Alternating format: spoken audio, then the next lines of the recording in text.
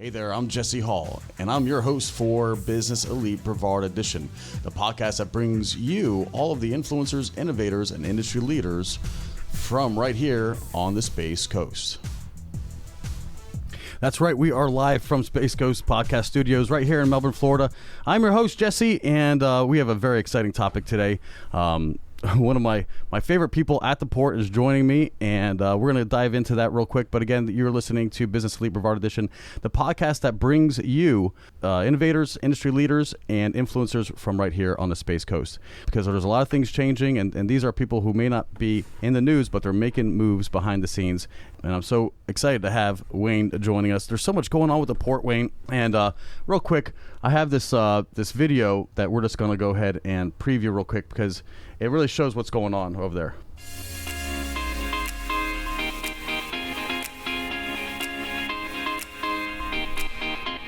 And if you want to narrate over the video, go for it.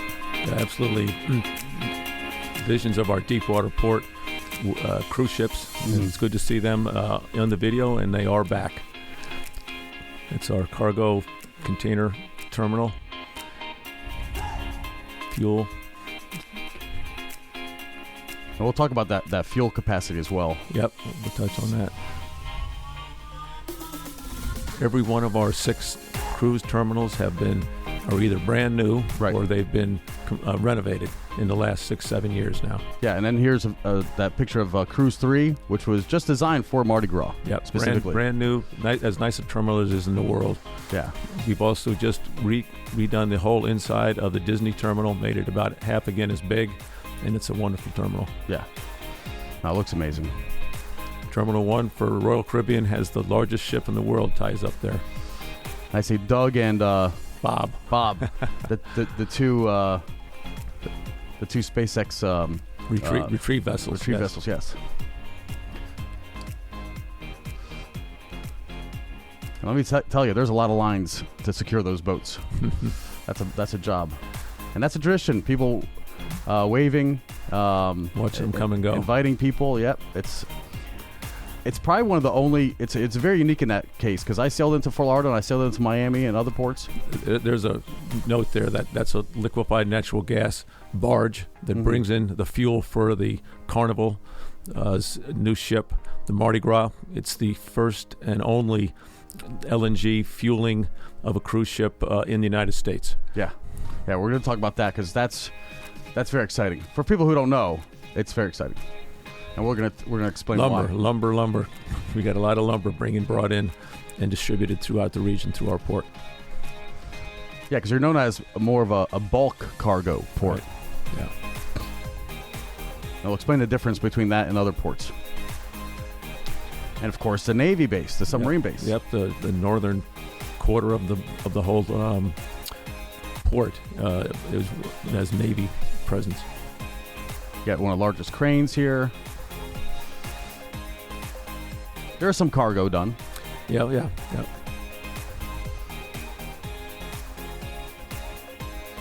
And there's SpaceX where they land on the drone barges there, drone ships. They land the Falcon 9 rocket, and we pick them off from the barge. And again, commercial fishing's been probably one of the longest going industries. Yeah, the original. That's the original industry really here. We have more recreational space at this port than all the other ports in Florida combined. Wow. And who could forget the launches? Yep. A little insider secret. I like to go on top of the parking garages where nobody else is. Yeah. You get a good vista.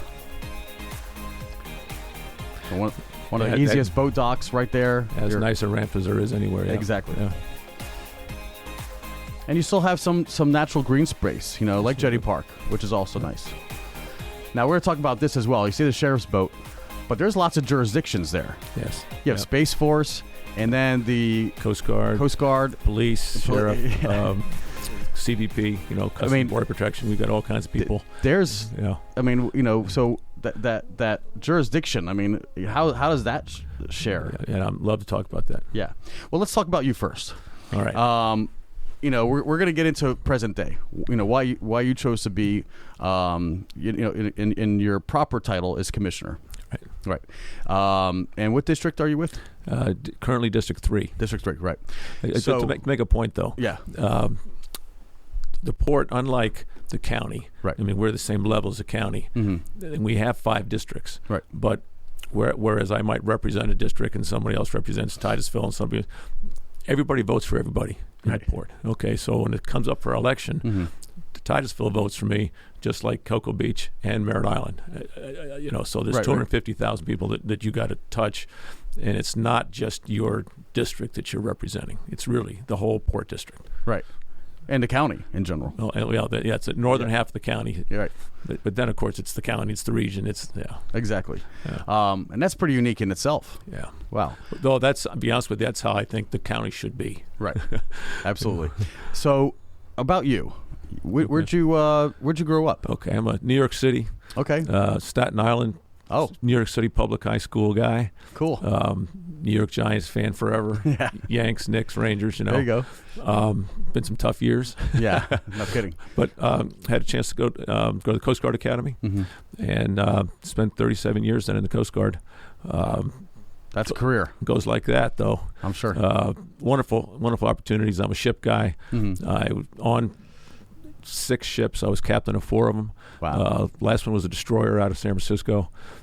Most of my time in Florida, Key West, a couple of different times on ships out of there.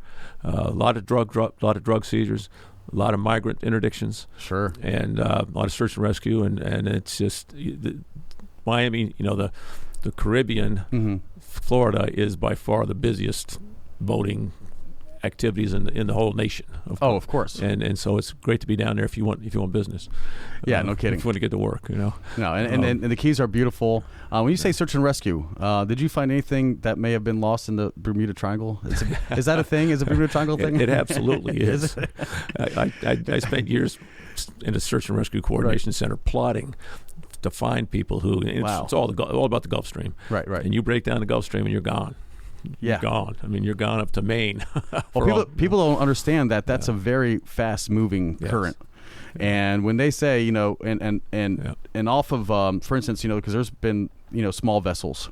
We had a couple of kids that were never found in Jupiter. Yeah, tragic. Because you get down to Palm Beach County, where the peninsula is as far east as it can go. That's right. And you're only about a half an hour away from that. The Gulf Stream is right there. You can see the Gulf Stream from the beach, literally. Exactly. Yeah. And it's just the horizon's just this big, and it's unfortunate because that when they plot a search, they have to take into account that if they got as far as the Gulf Stream, now you're talking about 30 miles every hour. Yeah. And not to do a boating safety spot here. Right. But file a flow plan. Tell somebody where you're going. Right. If you're not back, make sure somebody comes looking for you, or tells the Coast Guard you're missing. Exactly. Because it's every second counts when you break down out there. Precisely, but because especially if you capsize, then you're just and then the time just starts to shrink, and that window of getting recovered is it ggets more and more crazy. Anyway, to get off that tangent, I'm glad that you confirmed that the Bermuda Triangle is still a thing. People are still wondering because we haven't lost a ship in a long time. Right. But the migrants certainly. In 37 years, I'm sure you saw that big surge from both Haiti and Cuba and all that crisis. I was actually one of the first boats, the Mariel boat lift back in 1980. Oh, wow. Picking up Cubans. 120,000 people got brought in during that one. Wow. The mid-90s, Haiti and Cuba. Right. I can tell you a story.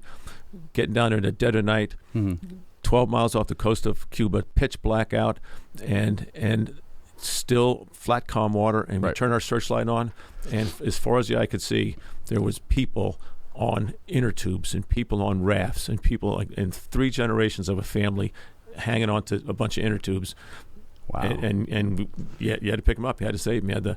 Of course. And we could only take about 500 people on my ship, and you want to take more because well, you don't want to leave some people stranded, but you can only got so much room, And so, I've just been through that, and I've been through 200 people on a 40-foot sailboat off Haiti. Wow. People stacked like cordwood inside the boat. I've seen all that desperation, and I've been through that, and it's a real challenge. Our nation has to manage it. Has to manage our borders. Right. Yeah, and And we'll see. I don't want to get too political because we have a lot to share today. But certainly, we just had something recent where currently there was some Cuban refugees, trying to come in. Oh, yeah. But it happens all the time. Yeah.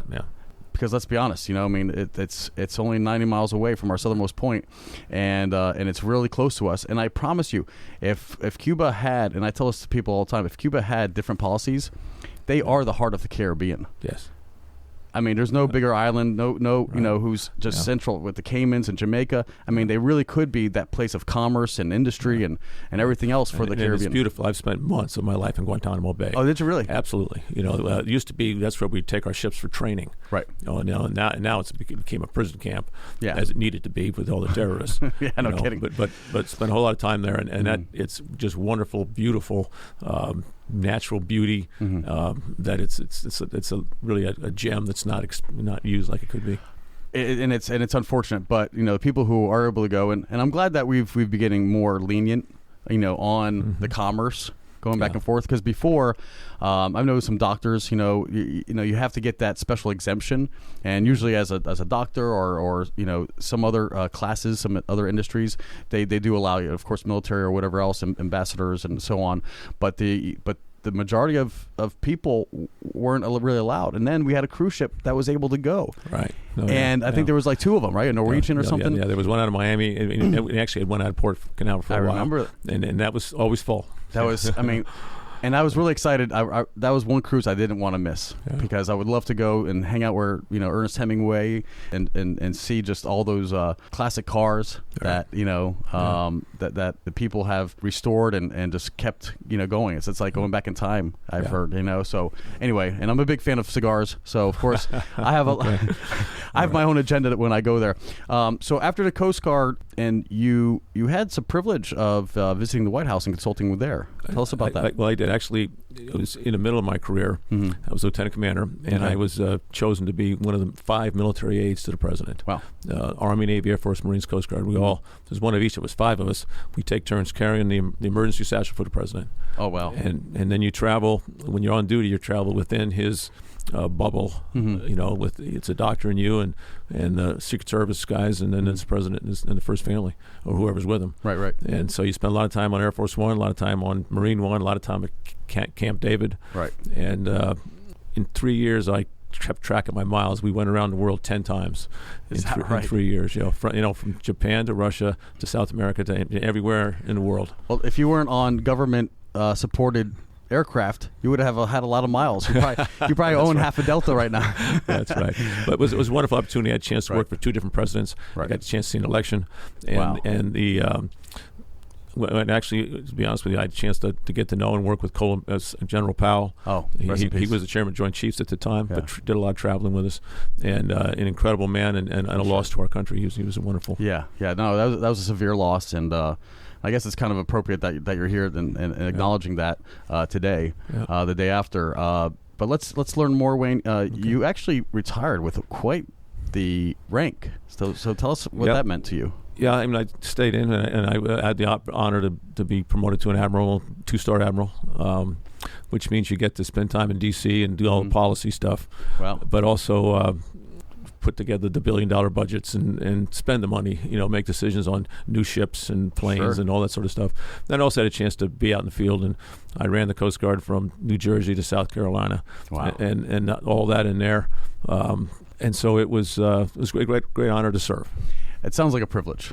You had some privileged places. You were able to see the dirty work, but then you're also able to make policy change, and that's got to be very rewarding. Oh, yeah, absolutely. And I'm sure you're still consulting in that capacity. Yes. Yeah. That's exciting. So, what made you choose to campaign and look for a commissioner position at the port? That's. I think the key word is naivety. Okay. Well, that's honest. I met some people, got interested in politics, and met some people. And one of the sitting commissioners at the time, Tom Weinberg was his name. Okay. He just retired a couple years ago. He said, "Oh, Justice, you'd be a great port commissioner. Why don't you run?" And I thought about it, and I said, "Yeah, I would be a great port commissioner." Right. 37 years in the Coast Guard. The port part's pretty easy. You're pretty qualified, right? but he goes, you got to get elected. And I go, oh, all right. I have no idea what it means to get elected. Right. Well, I ran against a sitting commissioner, so I spent about 8 months knocking on doors and raising money and putting up signs, all those things that you have to do to beat someone who's already in office. Incumbents are tough, and so I did it, and you hit the pavement and you knock on the doors and the dogs prowl at you, and people slam and all that stuff. Yeah. And you put your cards out and you stand on the side and you raise your signs up and all that sort of things, and It was I won't say it's fun, but you got to do it, and then you do it, and you get elected, and then it's worth every second of your time because, and I'll say this, I'm 7 years into it now, and I have grown to love our county, love this region, love the growth, the potential, and it's when I first got in, everything was kind of stagnant, and that was post shuttle and all that stuff, and everything was. And remember, we were closing schools. I'm talking. This is this was 16, whatever. Right. But we were on a upslope, and now we've gotten through the COVID piece, and it's really exciting times here. We'll talk about that. Yeah. Well, and that's a great segue into what's current. So and thank you for sharing. Some of the past and the history, because I think people need to be aware of just what kind of expert and authority we have here. I mean, we're blessed to have a 2-star admiral. I mean, that's not too many ports, I'm sure, have that privilege of having someone of such. That's someone who not only knows the maritime aspect of what's going on, but also has a good idea with policy and budgeting and making sure it's operating at its best, at its peak performance, and doing what needs to be done to ensure a vibrant future and being one of the most successful ports. How many? In 19, I guess, is the last time. I mean, it was very robust. How many visitors would you say are coming through there? Well, just the cruise passengers. To get a context for 19, we had over 4 million passengers coming and going. Wow. Okay, we are the second. It's Miami, us, and Lauderdale are the top 3 cruising terminals in the world, in the globe. Right. And we're just a little bit behind Miami's, Lauderdale's a little behind us, but a whole lot of people going through. But as well, those 4 million people meant $109 million of revenue in 19. Okay, with no cruising, that meant $38 million of revenue in 20. I mean, so there's you're talking $60-70 million that our revenues they go only one place, and that's back into the region, into the port, into the in the area here, and so that's money that didn't get spent, and jobs that weren't available, and goods and services that weren't provided, and all that sort of world that got shut down. And the first thing you got to do is tighten your belt, like everybody did. But I tell you what, it was tough at the port. Laid off half our people, and had to focus on cargo and focus on making enough money to pay the bills, and not make any more bills, and get through it. Yeah, you got to get lean. Yeah, and as well though, work really hard at the highest levels in state of Florida, in DC, working with the CDC, trying to get back, trying to get cruising back, because and anyone who's been into the cruising world, that is as safe, as clean, as regimented environment as there is anywhere. I tell people this, all throughout, for the CDC to come down as hard as they did on the cruise industry. And here's why. I worked on a cruise ship. There is one crew to every 4 passengers. I mean, it's a very tight ratio. Every single one of those crew have a responsibility to keep their department clean. I worked in spas and I did other things, and so we had to be meticulous because we were of the services we were offering, and but it was the same thing with the salon, and it was the same thing with the galley, and it was the same thing, and you have these housekeepers, and you have you have all these people that are cleaning all the time using commercial disinfectants and so on. It's comparative to the patient staff at like a hospital. Absolutely. They're using the same products. the cruise industry is built on people being well. Yes. It's too much to their advantage to have you well and having fun on your ship, right, not to get any sort of sickness or whatever. And so, of all the places to punish, right? Yeah, that was just wrong. Like that industry is they're meticulous in what they do. Yeah. I mean, to maintain a ship takes lots of man hours. But that said, you can get into the politics. Not that I will, but it's a red state business. I think CDC was a little premature with some of the direction they were given. It's an easy target. Of course, and it's easy to shut it down. Right, and we've done something. All you've done is hurt people with jobs. And not for nothing. Crew comes from all over the world. Right. So now you have to now they have to send 3,000 people from every single ship back to some outer region in the world. The Philippines, is a big one. South Africa, South America, all Brazil, over Europe, everywhere. Yeah. And so now you have to send all these people home, which is a huge expense for the cruise industry. I mean, so people don't really get the logistics. Right. And then the ships are laid up. I mean, if those ships aren't making money, they're significantly losing money. Those things don't run for free. I remember seeing 5 boats off the coast and in March and April and June of last year, and they just sat there. Yeah. And they're running. The generators are running. The stabilizers, everything, it has to be maintained. So all those engines are working, and they would come in for fuel, and then they would go back out. And let's get to the good news. Absolutely. Yeah. So we're all past that. You managed that very well, I think, because now we're seeing a lot of commerce coming back to the port, which is very exciting. Absolutely. And let's talk about Mardi Gras and the LNG technology, because liquid natural gas is not only cheaper, but it's domestically produced, correct? That's right. Tell us more about that. Liquefied natural gas, the fuel of the future for the cruise industry, and also for the commercial space as well. Yeah. The rocket industry is going to be using it more and more. Mm-hmm. It's cleaner, cheaper, made in the United States.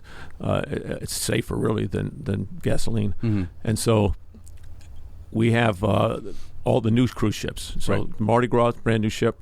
$1 billion ship, takes 500,000 gallons of it. We've got a barge that comes in from Savannah, Georgia, with 1 million gallons of it on board. Fills up to Mardi Gras, and away they go. Next year, Disney, one of Disney's 3 brand new ships. Wow. The first one comes in next summer. Nice. And it's going to be LNG powered. Very cool. And so all new ships under construction for any cruise line are going to LNG. Because traditionally it was diesel for the longest time. Right. And heavy bunker. And that's dirty. Heavy, really heavy duty. Yeah. I mean, it's black, it's soot, coming off the stacks. And that is no longer allowed. So you got to spend a whole lot of money to have a scrubber system that scrubs your exhaust, or you burn clean fuel, which is a whole lot better to do. Exactly. So. And it's nicer to when you see a boat leave, you don't see that smokestack, exhausting all that carbon filled waste. No, I think it's brilliant, and I'm wondering, because the propellant used for rockets has always been like a liquefied oxygen or something else, right? But it's also there's also it's not propane, it's whatever, kerosene or something. Yes, but liquefied natural gas it can be used as well, right? And both Blue Origin and SpaceX are getting it and going to be using it up there. So again, the demand in this region for that fuel is going up. Right. And so that's the key. Then, and one thing about the port, you talked about, our job, commissioners and our senior leadership, is not talking about today or tomorrow. Right. It's talking about 5 years from now, 10 years from now, where we're going to be, what we're going to do. And we are. Well, 5 years ago, we started getting ready to have LNG now, but the future, of course, is going to be able to store it, transmit it here, eventually to produce it and store it and transmit it here. I mean, you've got to be thinking that down that road to be able to meet the demand that's coming. Well, because Savannah's not that far. Yeah, and it's probably like a 12-hour. And it's absolutely, and that's because they have a huge production place up there. It's so much cheaper to produce it up there, and it's cheaper to ship it like that than it is to try to produce it here. Right. But in the meantime, we can store it. Yeah. We bring it down, store it, distribute it locally. Offload it, and because you do have a pretty good fuel capacity. You have a lot of cylinders out there. There's a place to put the cryogenic cylinders to store the stuff. That's amazing. So it looks like we're looking good for the next 10, 15, 20 years as far as adopting to a new technology, and of course, it looks like the manufacturers of ships are also all LNG, pro LNG. That's where they're going, right? Yeah, and so with that cruising, I really want to get another number for our listeners. What's the capacity? How many cruise ships can the port really handle? Well, because there's some days where there's nobody. Yeah, we're going to find out this next year. We have more stops, turns. We call them turns. In and out, scheduled than we've ever had. Okay. So 2019 was our biggest year, but there are more stops scheduled. We've got more ships, and we've got ships that they're doing the 3-day, 4-day, some 7, a couple of 5.5/2s, whatever. Right. Because we have another terminal that's open, so we've got 6 working terminals now. Wow. And then the key is going to be to to optimize them, to use them as much as we can. Yeah. Right now we've got 8 ships running out of the port. Next month, November, we've got 2 more ships coming. Cool. So we'll be up to 10. Mardi Gras is sailing with over 4,000 people on board. I mean, that's about 80% capacity. Right. 75 to 80% capacity. The other ships aren't. They're like 50% right now. Disney. They'll be a little more cautious, just ramping up slowly. Sure. But we got Disney running, Royal Caribbean running, Carnival, and also a new company, the MSC, the Mediterranean Shipping Company. Okay. They've got a cruise ship here, and they actually a newer, bigger one's coming next month. Going to change out the Divina. Right. That's exciting. That's very exciting. It's a new European flavored company, and for people who cruise regularly, they're always looking for a different experience. Of course. And so we're going to offer that to them. And as well, the Norwegian comes back next month too. So our 5 cruise lines coming out of here. And the Norwegian is, that is kind of like that classy, like celebrity class, where it's a little more sophisticated, more inclusive. Better. I mean, it's right. There's Disney, right? There's Disney, and then everybody else, has their business models and ways of doing it. Well, Royal Caribbean is more about the experience. Yeah. They have the shows, they have the onboard of race, ice skating rink. It's more about the experience and the vacation. Of course, once you go to Coco Key, there's some more for family. More for the sophisticated couple, and the trend is the other reason is so more people coming because the trend is larger ships, right? And so it's just more efficient to put more people on one ship than to have smaller ships, more ships, and these ships now have the experiences that are available are just from A to Z, and you can do as many or as little as you want, and with as many people or as no people. I mean, there's that side to it, which makes it that much more attractive to take more people and to have the experience. So, how many turns in 19? What do you see to answer the question? How many Oh shoot! I don't have that number off the top of my head. What would you say it's like? But 19 a week, 19 turns. I just 20? Don't. That's no a great question. No problem. But I can tell you, on the highest day possible, 6 ships. We have. Every now and then we get 6 ships, one at every terminal. Well, 6 times 7 would be like 40 turns. And so you're talking capacity. You're talking, 35, 40,000 people get off and get back on. Amazing. And every one of those ships needs to have fuel. Yep. It needs to have food, provisions, water, all that sort of thing. And they're all crewed. One of the I want to make this point because our port staff and the local community. You talked about having to work with the community.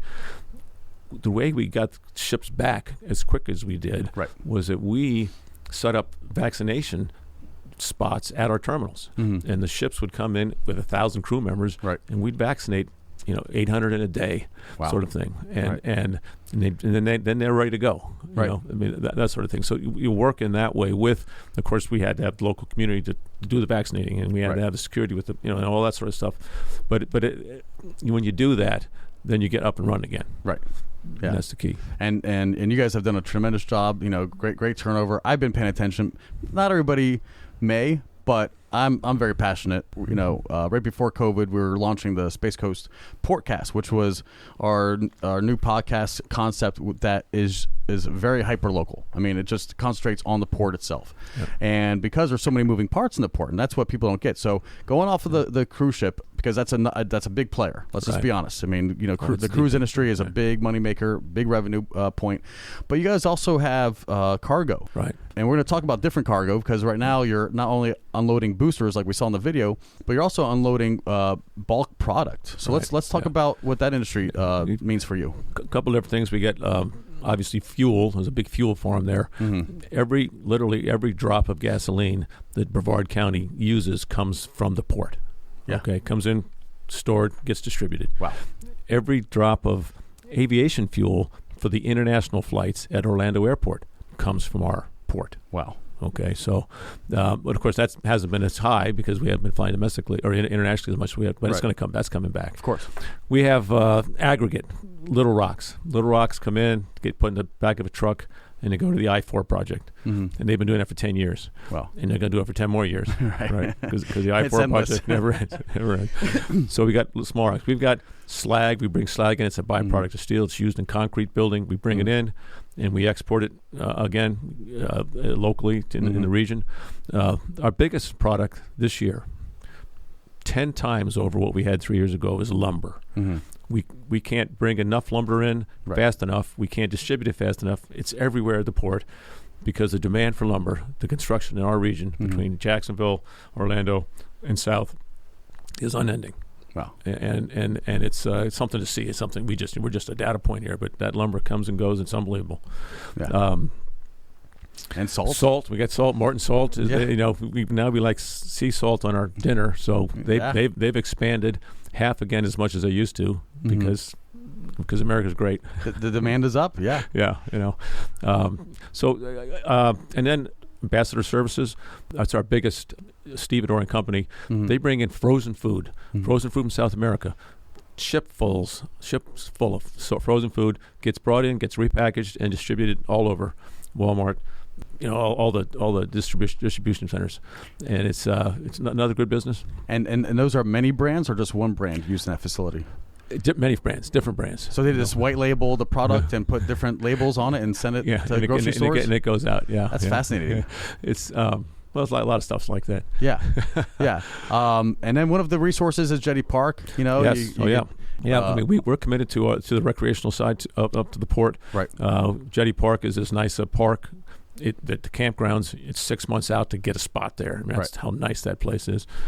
We've got the ramps, all that sort of things is all part of it's good. What I do want to talk about, one of the other things, as you mentioned, we're very proud of.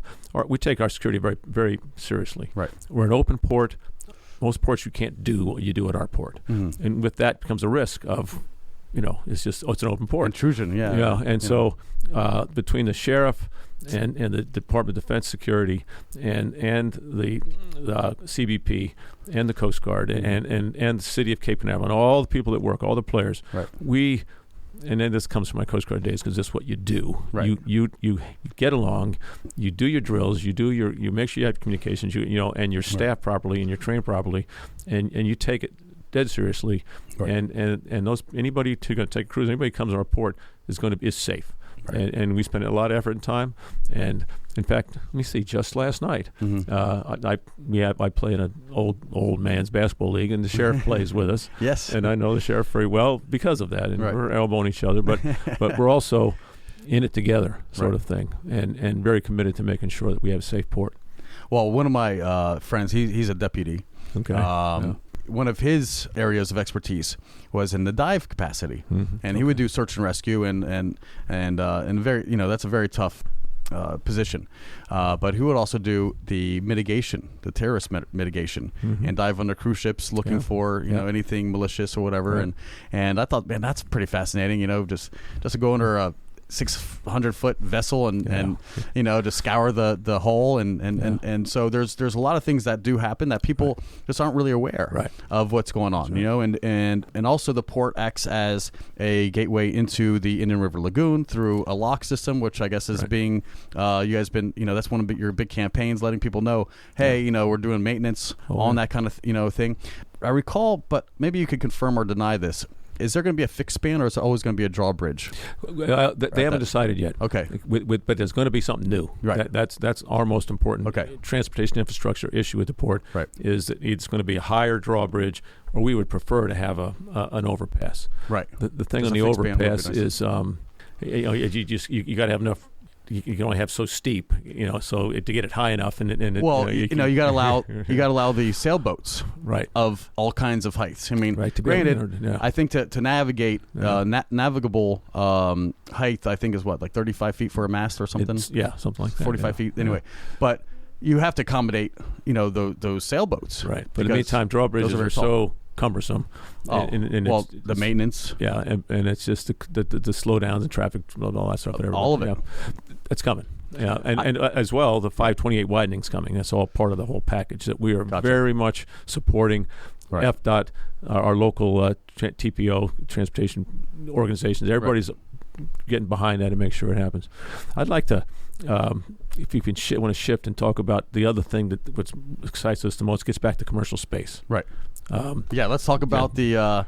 We have a couple retrieval vessels now. Yes. Let's talk about what SpaceX is doing in the port. SpaceX came in 4 years ago, whatever, and what's happened in the last 3-4 years, commercially, the space in this region is just beyond the pale. Right. It is the fact that rocket goes up 300 miles east of our port, lands in a somewhere lands on this.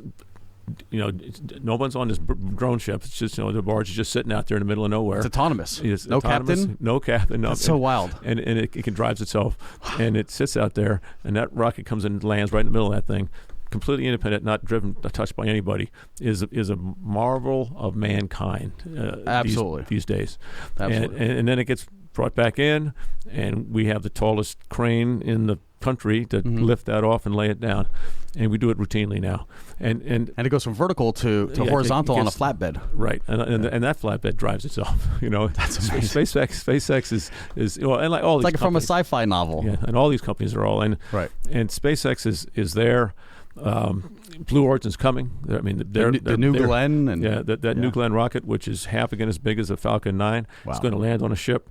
It's also going to need to be craned off. Right, and that stuff's still coming. And you ask what keeps you motivated and around, because you want to see, you want to be ready for that stuff. Of course, we built a new cargo terminal specifically to move those heavy loads, making sure that our port is ready to meet the capability, have capabilities for the requirements that these guys are going to have.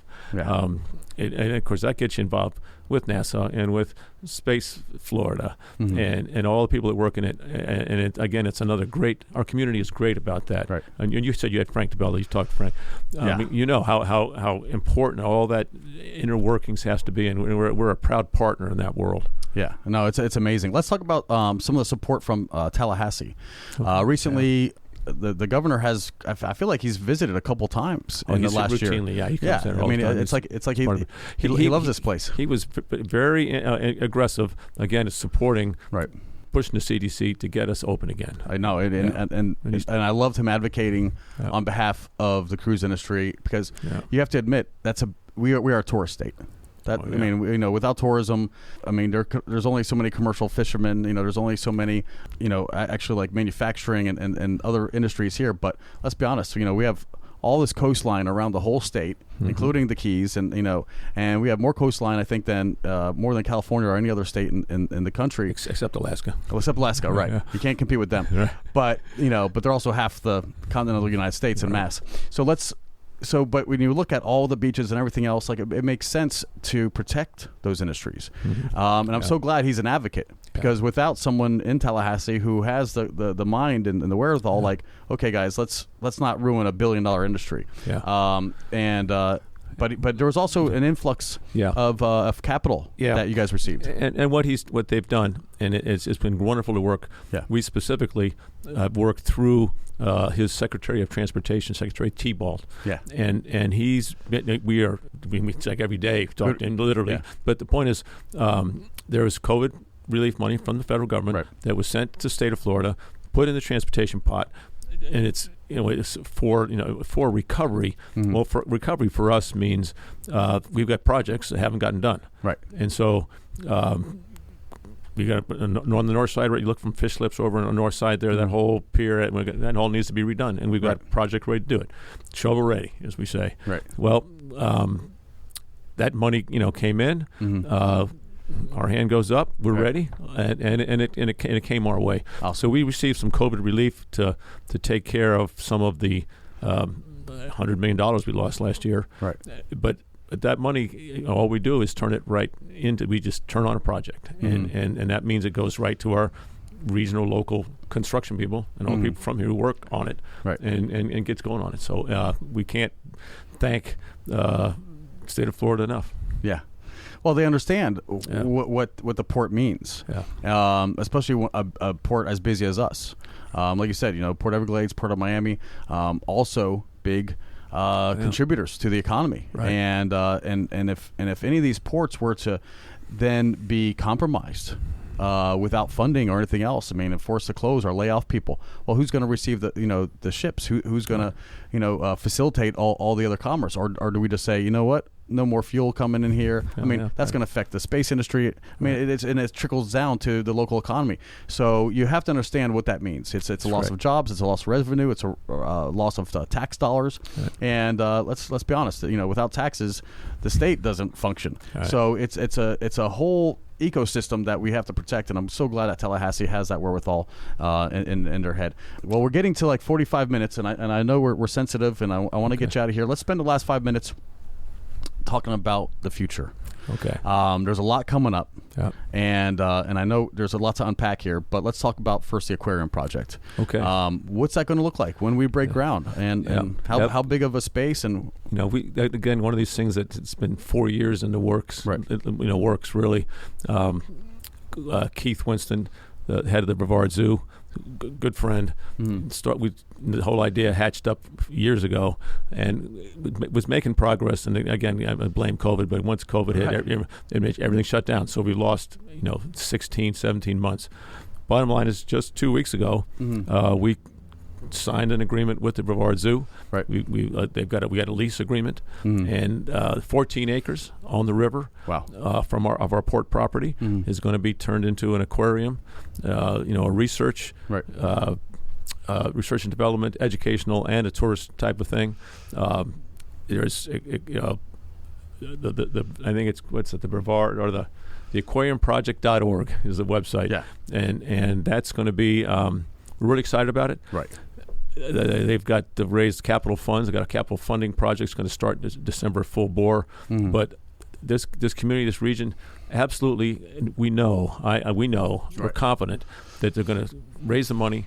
And it'll be 2 years before they start breaking ground, probably, to get all the funds up and to get all the detailed planning and all that stuff. And you get the permits and all that stuff, right? But the land's there, the wherewithal is there, the energy from this community is there, and it's going to happen, right? And you ask again, what keeps you around? Making sure that gets done is one of those things. It's for that. Well, that's going to be a great legacy. Yeah. And then we do have some questions from the audience. Steve, hey buddy, he's asking about Brightline. Yes. And it would make a lot of sense if there was a stop to allow passengers off, because right now they're busing from MCO to the port. Right. Exactly. and Disney, I got to give it to them, because they have the attractive coaches. It looks like a cruise ship, and that seems like a little bit of a stretch, when we're motoring people, east, but we're also going to have a train coming eastbound as well. not to have an extension or a stop. And no question. And again, I mean, of course, the politics of getting a stop, right? As you know, are it's a lot much more fascinated than just a port. Of course, there's thousands of people who want stops everywhere. And, of course, but that everybody's said, competing. That said, we fully agree with, understand. We'd love to see a stop in Cocoa, and that would work out real well. So I have a little insider information. Brightline does own a few acres along the train corridor. What they're going to do with it, we're not sure. We had the mayor of Cocoa here on a separate podcast, and Michael Blake, he's like, and he gave us like a little wink and a nod. He's like, well, why would they own property if they don't plan for a terminal maybe in the future or whatever else? Yeah. He follows up with, is it the lack of a stop due to the Port of Miami not wanting competition? So again, you mentioned politics. That may or may not be a reason. I'm sure Brightline is probably looking at a lot of things. I know. I think Stewart and Fort Pierce and Jupiter. I mean, I think there's a lot of stops along the way. But then if you add too many stops, it's not going to happen. It's less of a high speed. Right.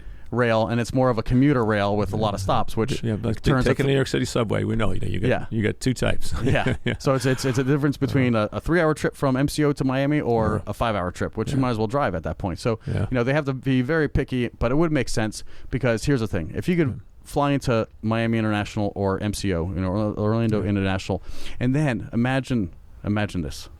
I mean, I'm sure if you're a cruise guy, but I'm a cruise guy, being able to land, go to port. Canaveral, go on a 3-day, maybe say like, Western Caribbean. And then you go down to Miami and then you do an Eastern Caribbean. Right. And so you could actually have multiple trips, never renting a car. Right. That's the key. All just through, just using the rail system. I think that would be magical. And then eventually, extending to Tampa and then doing more like Mexico and other itineraries, to the west. There's a lot of magic to happen, I think. No question. Looking ahead. Yeah. One thing I will say that when you have a strategic vision at a port, ports are all about deep water and bulkheads. Right. Okay, and you sit back and you do all this stuff. Next thing you know, you start looking. You're saying, "Hey, we need more space. It's time for another terminal. It's time for another whatever." And then you look around. You say, "We're running out of bulkhead." Right. And that's when you get into this. We're committed to the best use of that deep water bulkhead. Right. And some of the things that we're doing, I won't get into them right now, but our vision is to make sure that we have the ability to do the best use of that bulkhead, which means sometimes it means long time leaseholder, been around a long time, paying very little, lease is up. Guess what? Exactly. I mean, in the strategic vision of a port, you got to be careful about you can't get bogged down and tied down into the old ways. You got to look to the future. Exactly. And we're committed to that. Last thoughts as we come to a close. Where do you see the port in 5, 10, 20 years? I mean, are we going to be still doing cruises? Or are we going to be maintaining the space program? Because what if the space program, we got Virgin? It's going to be both. Okay. I mean, the cruise industry is still the backbone of what the Port Canaveral is all about. Sure. And that's not going away. Okay. The demand for cruising is again like this. Right. And it is so many people haven't done it, and there's also the opportunity is going to be just wonderful to do it. Right. But that said, we also have to be completely committed to not 50 launches a year, but a launch a day. A launch a day, that's what they're projecting. At least. And then sometimes 2 launches in a day. And so what that's going to do and change to this community and the way business is done and the way security and technology and all that stuff has to mesh together. Right. But the potential for growth and excitement and is endless when you start thinking about that. And we're right in the middle of it. We're sitting right here, Jesse, and right on the edge of that whole thing happening. And it's going to be really exciting. Imagine that. Just all these autonomous barges off the coast, all coming in one by one. They go out and back. I mean, imagine like the cruise ships. Yeah. 4 or 5 a day, all coming in at the same time, unloading the boosters, going back to the launch pads. I mean, it seems radical right now. Yeah, but so did a drone ship with a 3 years recovering ago. A booster. Right, and now look where we are. So that's that type of excitement. I mean, I'm a huge salesperson. I mean, let's go. Let's embrace it. Let's look ahead and build what we need, the infrastructure to support it, and let's get on with it. I see Virgin. Sir Branson. I see, of course, Bezos, more with, the Blue Origin. Big rockets. Sending Billy Shatner up into space, I mean, so and NASA, and with NASA, the airport, I'm going to say this, they have absolutely, everybody's coming on board and embracing the fact that, this train's left station, this train is going, and get on it, because that's what's going on now. Commercial and tourist, space industry is now it's a thing.